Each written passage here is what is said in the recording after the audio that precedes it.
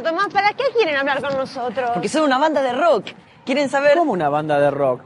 Me dijiste una orquesta sinfónica, Tomás. Yo no sé nada de rock. No, para mí cuando se separaron las primas se murió el rock, Tomás. No, me voy a casa, No, licenciado, si le decía la verdad no hubiese venido. Me robé un viaje. Vamos, licenciado, solo tiene un problemita con el sonido de su música. Y yo también. Por favor, son mis amigos, ayúdenlo. Lo están haciendo a pulmón, solo les pido que los escuchen. Una cosa es ayudarlos y otra cosa es escucharlos. Miren los cucheros que hacen, lo único que falta es que te pongas a llorar, Tomás. Bueno, tranquilo, Tomás, tranquilo. Ustedes necesitan un ingeniero de sonido. Nosotros somos especialistas en sonido. Nada más. Pero van a venir sus familiares y todos sus amigos. Y les ahorramos un disgusto. ¿Usted se piensa que soy su pendeman ante otra oportunidad de tocar en obras? Hace muchos años que nos estamos haciendo abajo, licenciado.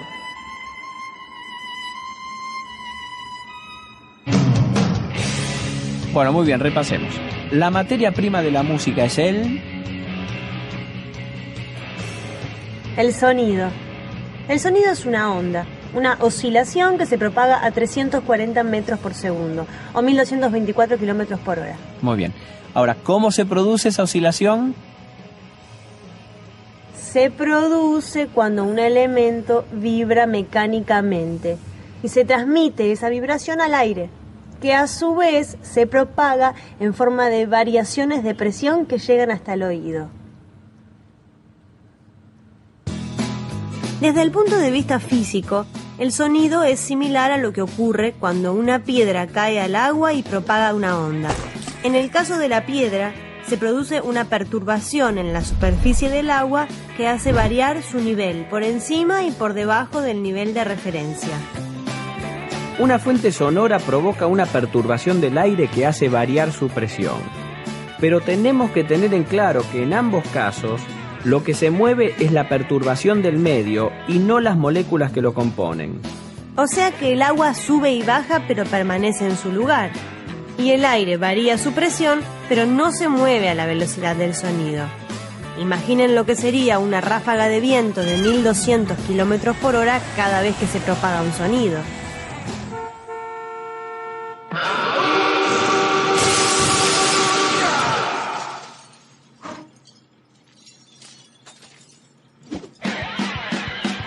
Una diferencia entre la onda sonora y la onda que provoca la piedra al caer en el agua es que en vez de propagarse en dos dimensiones, como las olas en la superficie del agua, el sonido propaga sus variaciones de presión en todas las direcciones, es decir, en forma esférica desde la fuente.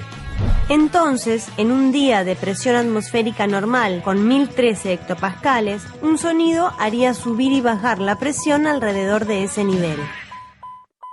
Hablamos de variaciones que son despreciables desde un punto de vista meteorológico, pero relevantes en una escala acústica. ¿Y qué es relevante en una escala acústica? La intensidad de un sonido tiene que ver con la cantidad de variación de presión que provoca. La mínima variación de presión detectable por el oído humano en laboratorio es de 20 micropascales. Se le llama el umbral auditivo, aunque en la vida cotidiana podemos detectar variaciones a partir de los 200 micropascales.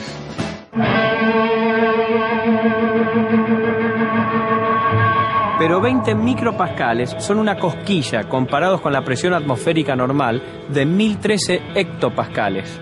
El oído humano es muy sensible a los cambios de presión, sobre todo si consideramos que una variación de esta magnitud provoca un desplazamiento del tímpano de 0,1 angstrom, que es menor al diámetro de un átomo. Y cuanto mayor sea la perturbación, más fuerte se oirá el sonido.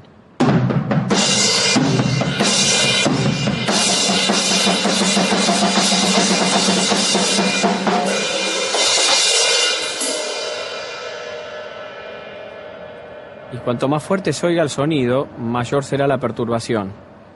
No precisamente la del tímpano. No sea viejo, licenciado.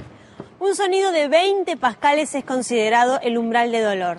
La exposición a 200 pascales de presión sonora causa daño inmediato y es considerado el umbral de daño. El oído percibe las intensidades siguiendo una relación logarítmica.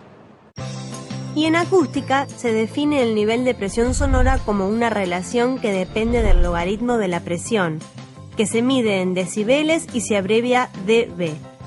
El umbral auditivo de 20 micropascales corresponde a 0 decibeles, y cada vez que la presión aumenta 10 veces se suman 20 decibeles.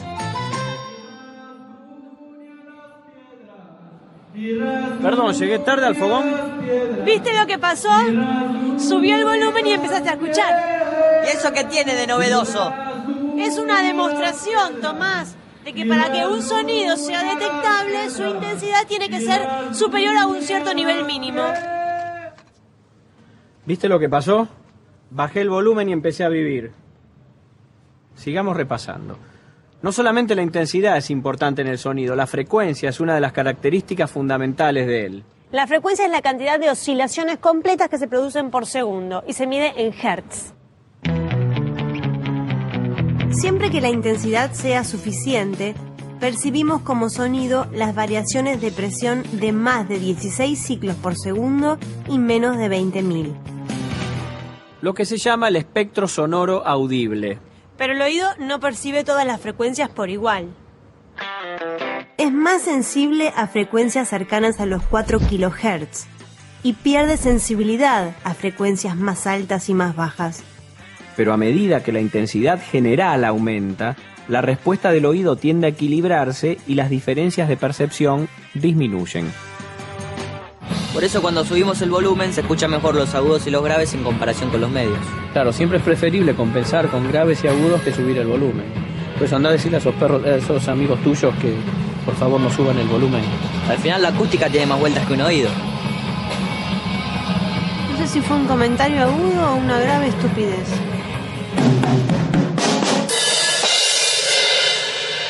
¿A qué frecuencia sonará este platillo? La mayoría de los sonidos de la naturaleza no vibran a una frecuencia única. Si analizamos gráficamente las variaciones de presión producidas por un sonido de 1000 Hz en el tiempo, veremos que los ciclos tienen una forma de onda sinusoidal, que corresponde a los sonidos llamados tonos puros o de una sola frecuencia, como el que produce un diapasón que oscila en 440 Hz.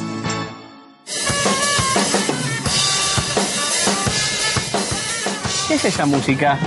No se escuche, licenciado. Esos tocan cosas lindas, ¿eh? ¿Qué hacen? ¡Ey! ¿No saben que al licenciado le gusta la música linda, la música bella, la música de viejos? No, estaban tocando a Beethoven. ¿Quién fue? No, Tomás, nos gustó. Se merecen nuestra ayuda, ¿eh? ¿Quién tocaron, che? Si graficamos el sonido producido por el bajo, vemos una forma de onda completamente distinta. La vibración es periódica, porque hay ciclos que se repiten, pero las oscilaciones no tienen forma sinusoidal. Esto se produce porque el sonido del bajo está compuesto por la suma de muchas frecuencias al mismo tiempo. Algo parecido a lo que ocurre con la luz blanca, que es una composición de 7 colores. El bajo, de acuerdo con la nota que se toque, emite una frecuencia llamada fundamental, que determina el periodo de la vibración, y otras componentes llamadas armónicas, que contribuyen al timbre o sonido característico del instrumento. Entonces una nota del bajo sería como una luz coloreada, o compuesta por más de un color, y un tono puro equivaldría a una luz monocromática, como la de un láser. La llamada composición espectral del sonido es la responsable, en parte, de que dos instrumentos que emiten la misma nota suenen distintos.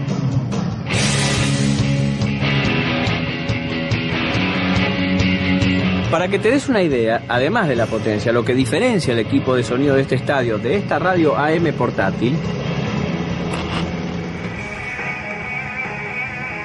es la respuesta de frecuencias, que en la radio tienen medios saturados y muy pocos graves y agudos. El comportamiento acústico de un micrófono, de un parlante, de todo un recinto cerrado, depende de la frecuencia y por lo tanto será diferente para cada componente. Por eso, conocer la composición espectral nos permite ecualizar el sonido para equilibrarlo a través de todo el espectro sonoro, evitando así los picos y caídas indeseados que, entre otras cosas, pueden provocar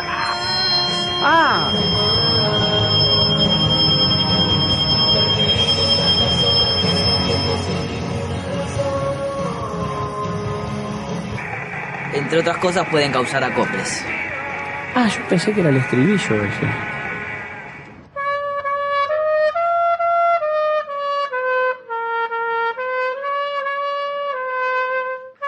Los instrumentos musicales tradicionales, que no son eléctricos, son los acústicos. El sonido se genera en forma mecánica. En el caso de la trompeta, por la vibración de una columna de aire. Las fuentes sonoras generan ondas que al alejarse de la fuente aumentan la superficie de sus frentes, sobre los cuales se distribuye la energía sonora. Esto implica una reducción de la intensidad, aún en el caso de que no existan pérdidas por rozamiento con el aire. Al aire libre, por ejemplo, el nivel de presión sonora cae 6 decibeles cada vez que se duplica la distancia. Entonces, si a 2 metros de la trompeta hay un nivel sonoro de 90 decibeles, a una distancia de 4 metros el nivel habrá caído a 84 decibeles. A 8 metros tendremos 78 decibeles y suponiendo que la última fila estuviera ubicada a unos 64 metros del escenario, oiremos la trompeta a unos 60 decibeles. Pero esto es un desastre, no se escucha nada. Yo sin embargo lo encuentro adecuado. Es que la potencia sonora de un instrumento acústico se pierde en un recital de rock si no está amplificado. Déjelo así.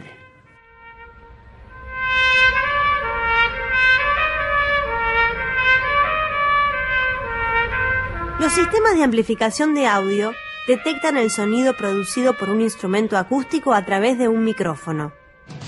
Básicamente, se trata de una membrana que acopla la vibración de la onda sonora a una bobina que se mueve en torno a un imán, transformándola en una onda eléctrica. O sea, que traduce la energía mecánica de la onda en energía eléctrica. Los dispositivos que traducen un fenómeno físico en electricidad se llaman transductores. Además de un micrófono, también son transductores, una cápsula fonográfica, un lector láser, una cabeza de grabación. La onda sonora, ahora transformada en una señal eléctrica, puede ser amplificada. Un amplificador funciona de manera similar al motor de un auto, que tiene energía disponible en el tanque de combustible y que regula su potencia con pequeños movimientos del acelerador. En este caso, la energía se toma de la red eléctrica y la señal de unos pocos milivolt o milésimas de voltio proveniente del micrófono es la que regula la potencia que el amplificador entrega a los parlantes, por lo que se obtiene una señal de forma idéntica y de mayor amplitud. Los parlantes funcionan exactamente al revés que el micrófono. La bobina del micrófono transforma la vibración acústica en electricidad. La bobina del parlante transforma la señal eléctrica en una onda sonora. Al ser alimentada con una señal eléctrica oscilante, la bobina, ubicada en torno al imán, vibra y acopla este movimiento a la membrana del parlante, que genera una nueva onda acústica. La señal emitida por el parlante es una copia de la señal original captada por el micrófono, pero con mayor potencia acústica.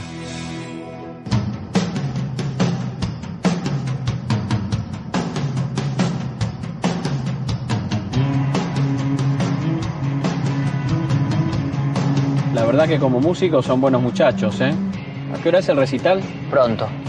Buah, vamos a apurarnos.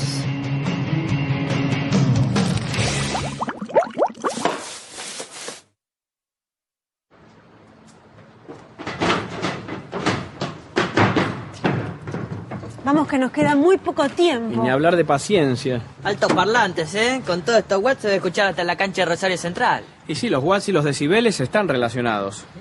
Un altavoz típico emite 95 decibeles a 1 metro de distancia cuando es alimentado con una señal de 1000 Hz de frecuencia y 1 watt de potencia. Con una potencia de 10.000 watts sobre el escenario de un estadio al aire libre, un espectador ubicado a 10 metros escuchará a la banda con una intensidad sonora de unos 115 decibeles.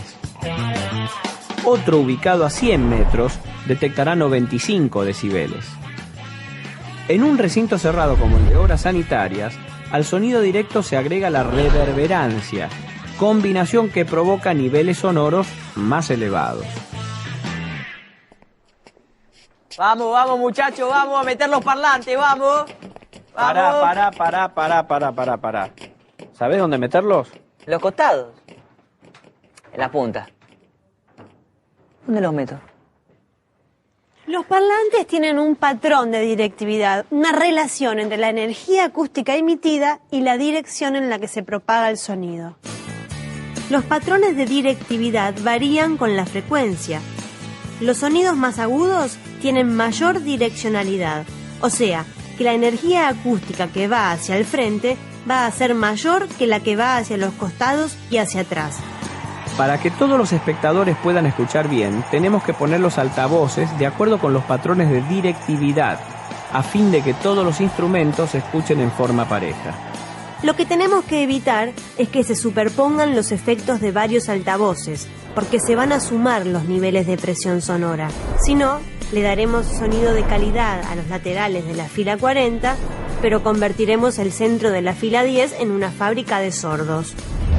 Una solución sería colocar parlantes a mitad de camino, como para disminuir los efectos de caída de potencia por distancia. Momentito que no es tan fácil. ¿Por qué? Si tuviera un plano se lo podría explicar. El sonido tarda 15 centésimas de segundo en atravesar 50 metros, lo suficiente para que se provoque un eco. Si los altavoces emiten el sonido simultáneamente, los espectadores escucharán las dos señales. La del altavoz más lejano llegará con retraso y con menor intensidad y provocará un eco. Y no queremos eso. ¿Y si retrasamos la señal del segundo parlante por medios electrónicos? Es una buena idea siempre que usemos altavoces bien direccionales, para que el segundo altavoz no envíe sonidos hacia la zona del escenario, lo que provocaría eco en los espectadores que están en esa región. Podemos tener los mejores micrófonos, las mejores consolas, procesadores de sonido, amplificadores, pero necesitamos parlantes de buena calidad. El parlante es un transductor electroacústico, es decir, que transforma la señal eléctrica en acústica. Y su capacidad de generar perturbaciones sonoras depende de la frecuencia. Son como los instrumentos acústicos. Los que emiten graves son más grandes y los que emiten agudos más chicos. Algo similar pasa con las salas. El tamaño y la forma determinan la respuesta en frecuencia. Quiere decir que de acuerdo con las dimensiones de este estadio, algunas frecuencias se oyen más que otras. Así es, todo recinto cerrado es como una caja de resonancia. Esto provoca un tipo de ecualización en el espectro de los sonidos. Si un sonido posee una frecuencia que coincide con una resonancia del recinto, se verá favorecido, y una frecuencia que no coincida se verá atenuado. O sea que si un parlante tiene una respuesta plana, la sala puede igual alterarla. Así es, para equilibrar el espectro hay que ecualizar el sonido, para compensar los picos y caídas que pueda tener la sala y en todo caso los parlantes.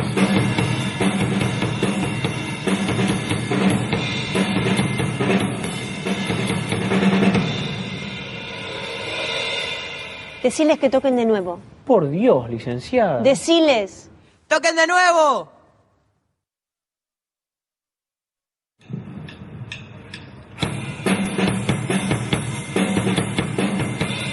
Por suerte que los escuchamos ahora.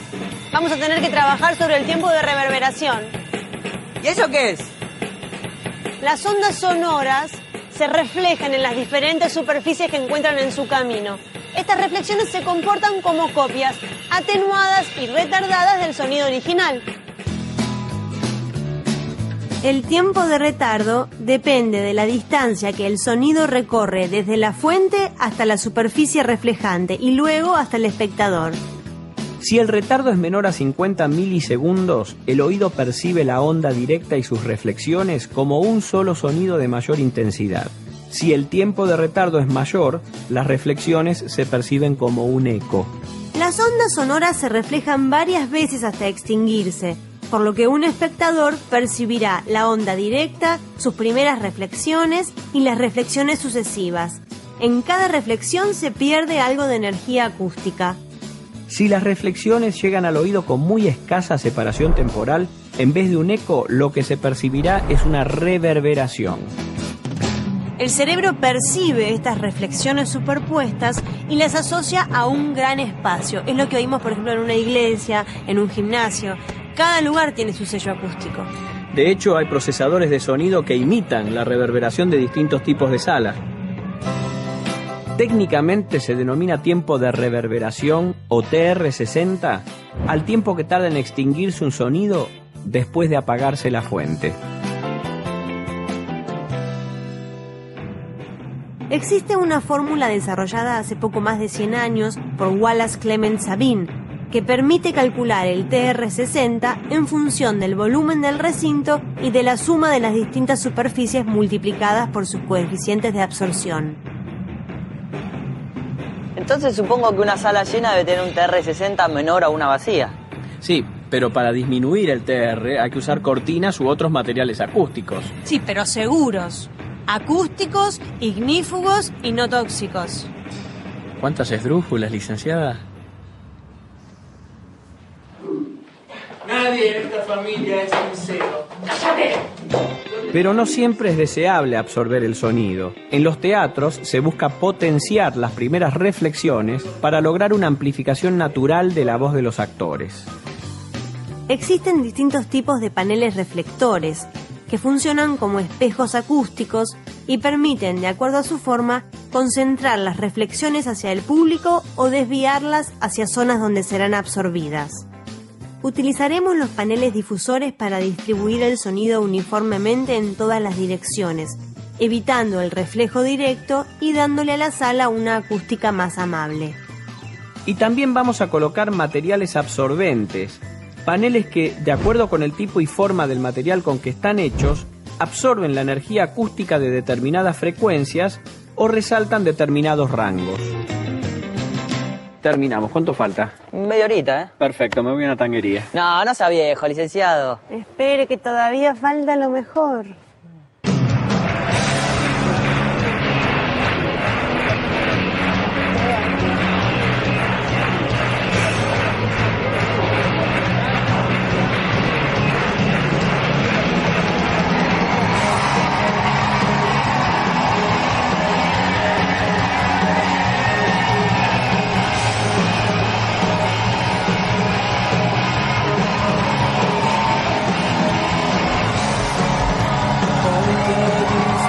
Escuchen qué fiesta, yo me la estoy perdiendo Por lo que pasa con el sonido fuera de la sala. Una cosa es el acondicionamiento y otra el aislamiento. Cuando una onda sonora choca contra una superficie, una parte se refleja, otra parte se disipa y la restante se transmite hacia el otro lado de la superficie.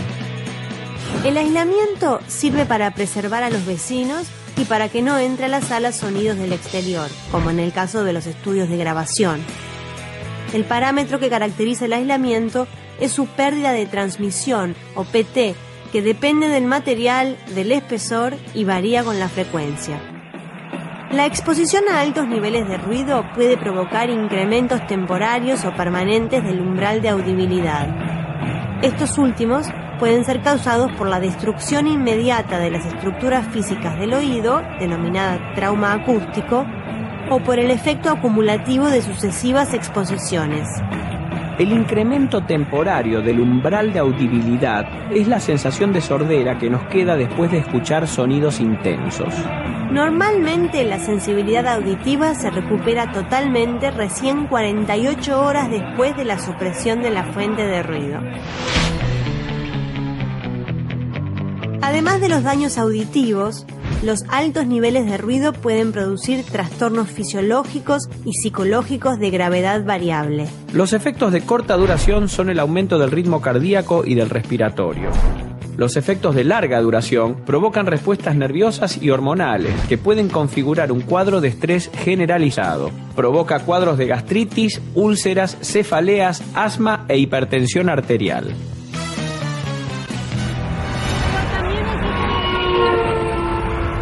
¿Qué dijo? Que también existe la vida. La licenciada versus el parque automotor, no sé. Que también existe en la vida cotidiana la contaminación sonora. Y mejor ni hablar de los efectos psicológicos del ruido ligados a los factores cognitivos y subjetivos. Totalmente de acuerdo. ¿Los conocés? No, digo que mejor ni hablar. Y ahora por hacerte el vivo te lo vamos a decir. A ver, el ruidito del torno del dentista, ¿te gusta? La uña en el pizarrón. Y por supuesto también hay ruidos y sonidos reconfortantes, como el murmullo del mar. Las hojas en el viento. Y una buena banda de rock. No por nada se junta toda esa gente en un solo lugar. Pensar que no escucharon música, que escucharon física, matemática, acústica. Déjelo tranquilo, no les arruine la noche que la pasaron bien. Mire esa cara de felicidad. El sonido es salud. De llorar, no gastes energía para disimularlo. No hay más. Nos dimos una última chance, pero